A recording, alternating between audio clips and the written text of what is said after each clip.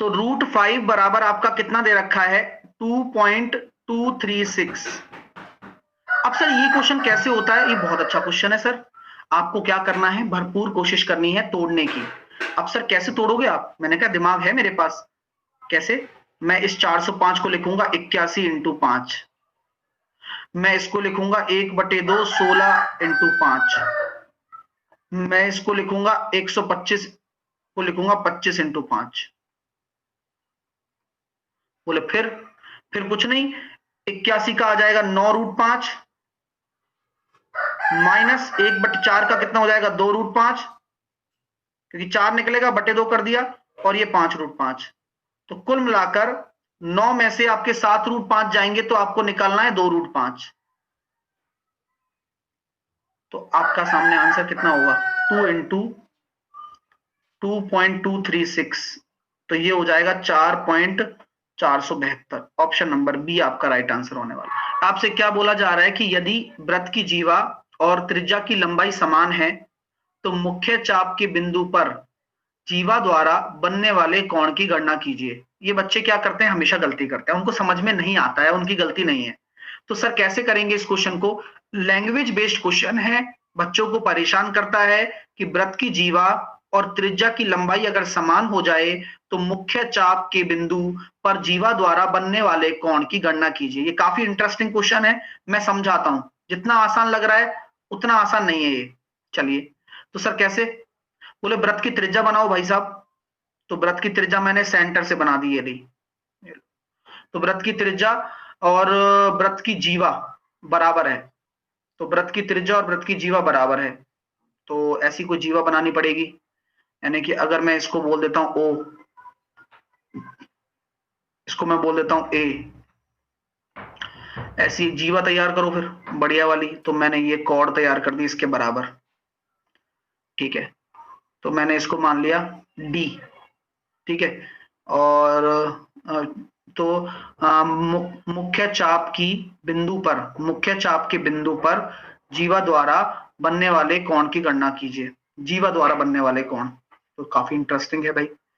तो सर कैसे? बोले यार ऐसा करो, ये मिला ही दिया आपने, ये आपने सेंटर बना ही लिया। और मुख्य चाप पर जीवा द्वारा बनने वाले कोण, ठीक है। यानी कि एक एंगल आपको ऐसे बनाना है, ये एंगल आपने बनाया, इसको इससे मिला दो, आपको एंगल निकालना है भाई क्या बनेगा, ठीक है। आपसे क्या बोला जा रहा है कि मैं कह सकता हूं कि आपका जो ये, अगर मैं बी पॉइंट मान लेता हूं, अगर मैं ये बी पॉइंट मान रहा हूं, तो ओ ए बराबर ओ बी बराबर ए बी हो जाएगा क्या? बोलो हाँ या ना। अगर मैं इसको बराबर जीवा मान रहा हूं तो ओ ए बराबर ओ बी बराबर ए हो जाएगा क्या? मैंने अगर इसको ए बी को बराबर जीवा मान लिया, कोई दिक्कत? ठीक है, एडी भी मैंने बराबर माना है, लेकिन कोई एक जीवा मान लो, ठीक है। तो अब अभी मैं अगर इन तीनों को बराबर मान लेता हूं, तो मेरा एओबी एक इक्विलेटरल ट्राइंगल हो गया। तो एओबी आपका क्या हो जाएगा? एक समबाहु त्रिभुज हो जाएगा। समबाहु त्रिभुज हो जाएगा ना, क्योंकि तीनों भुजाएं बराबर है तो समबाहु त्रिभुज होना निश्चित बात है सर। यानी कि अगर मैं समबाहु त्रिभुज हो गया तो ये वाला कोण कितना हो जाएगा एओबी? ये 60 डिग्री हो जाएगा। Very good. अगर ये कोण आपका 60 डिग्री हो गया तो आपको क्या निकालना है? ये वाला कोण क्या होगा? 30 डिग्री तो होगा। क्यों? क्योंकि किसी जीवा द्वारा केंद्र पर बना हुआ कोण परिधि पर बने हुए कोण का दुगना होता है। तो केंद्र पर बना हुआ कोण 60 है, तो ये 30 ना हो जाएगा क्या? अच्छा लगा ना क्वेश्चन? बोला जा रहा है पी और क्यू ने 4:7 के अनुपात में एक व्यापार में कुछ राशि निवेश कर दी, इन्वेस्ट कर दी। 6 महीने बाद में पी ने अपनी राशि वापस ले ली। यदि उन्हें 4:21 के अनुपात में लाभ प्राप्त हुआ तो क्यू ने कितने महीनों के लिए व्यापार में पैसा लगाया? बहुत अच्छा क्वेश्चन है ये। अब इस पे क्वेश्चन आने स्टार्ट हो जाएंगे, पार्टनरशिप पर भी क्वेश्चन आने वाले हैं आपके। तो पी और क्यू हैं। आप मुझे बताइए, पार्टनरशिप का एक ही फंडा होता है। बोले क्या होता है सर? इन्वेस्टमेंट इनटू टाइम बराबर प्रॉफिट, प्रॉफिट, प्रॉफिट। अगर आपसे मैं बात करना चाहूं कि ए और बी के इन्वेस्टमेंट का रेशियो कितना है, बोले गुरुजी 4:7 है।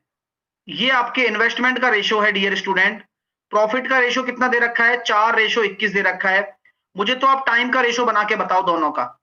आप अगर गलती करोगे तो फिर कोई मतलब नहीं है, पहले मुझे आप टाइम का रेशो लिख के बता दो। बोले गुरुजी पी का टाइम ये होगा और क्यू का टाइम ये होगा, तरीके से।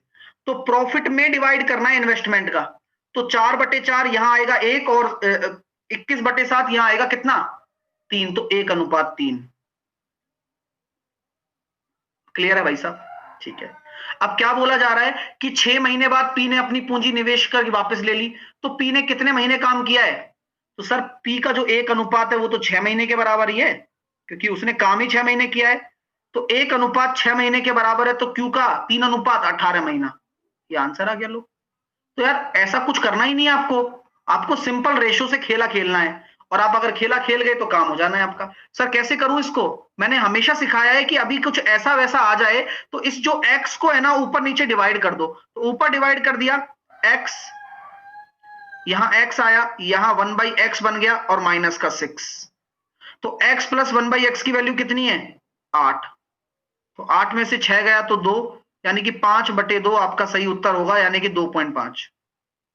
बोला जा रहा है कि दो त्रिभुज आपको दे रखे हैं सर, इनका क्षेत्रफलों का अनुपात दे रखा है और उनकी ऊंचाइयों का अनुपात दे रखा है। तो बोला जा रहा है कि सर उनके आधार का अनुपात बताइए। बोले यार गुरुजी क्षेत्रफल का अनुपात दे रखा है तो हम जानते हैं एरिया का जो रेशो होता है, एरिया ऑफ ABC, अगर हम बात करें एरिया ऑफ PQR, वह बराबर हो जाएगा 1/2 आधार इंटू ऊंचाई, तो 1/2 से तो 1/2 कट ही जाना है, तो ये बेस 1 H1 बेस 2 H2। तो ये समरूपता का नहीं है क्वेश्चन, कहीं आप ये सोचने लग जाएं कि मैं स्क्वायर कर देता हूं और मेरे से बड़ा कोई खिलाड़ी नहीं बनेगा।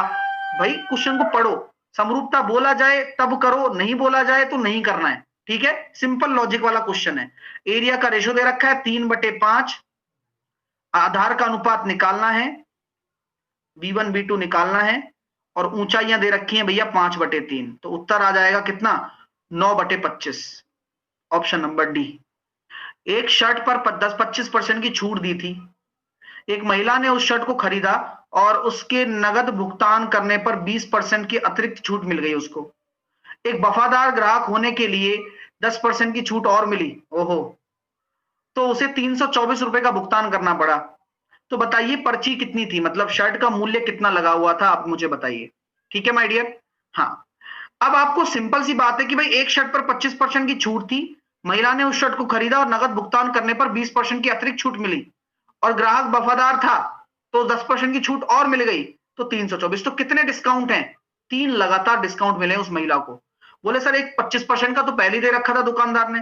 बोले ले जाओ भाभी जी, यार आपको क्या मनाए। बोले ठीक है भैया 4 से 3 पे डिस्काउंट। अरे यार हम तो आपके डेली के ग्राहक हैं। बोले लो 20% और ले लो। बोले ठीक है भैया 5 से 4। अरे भैया देखो मैं तो इतनी सारी सहेलियों को लेकर आई हूं, तो 10% और ले लो चलो, तो 10 से 9, कुल मिलाकर ये कितना है 200 का अंकित मूल्य है, तो 9 चौके 36 या 108 आपका क्या होगा विक्रय मूल्य होगा, यानी कि उसने 324 रुपए के बराबर है। तो एक रेशो बराबर आपका कितना हो गया 3 होगा। तो यानी कि आपका जो अंकित मूल्य था 600 रुपए था, तो 600 रुपए से कम करते करते करते करते वह 324 रुपए में सामान को ले आई। खास बात होती है। और ये और बता दूं, घर वालों को सलाह दे देना, मम्मी इसको सलाह दे देना, मैं तो मम्मी इसको सलाह देता हूँ, मम्मी एक दुकान मत पकड़ के चला करो। बोले क्यों? क्योंकि वो आपको इतना सारा पहले से ही बढ़ाकर बताता है, फिर तुम करवाओ कम, तुम्हें शर्म भली आ जाएगी, है ना? तो दुकानें चेंज करो, और आसपास वाले से मत जाओ, क्योंकि दुकानदार जब ग्राहकी हो जाती है उसके बाद बताता है यार इस औरत ने दिमाग खा रखा है भाई साहब, इतना कम करवाती है। बोले ठीक है भैया अपने अपने चढ़ने दे इस बार।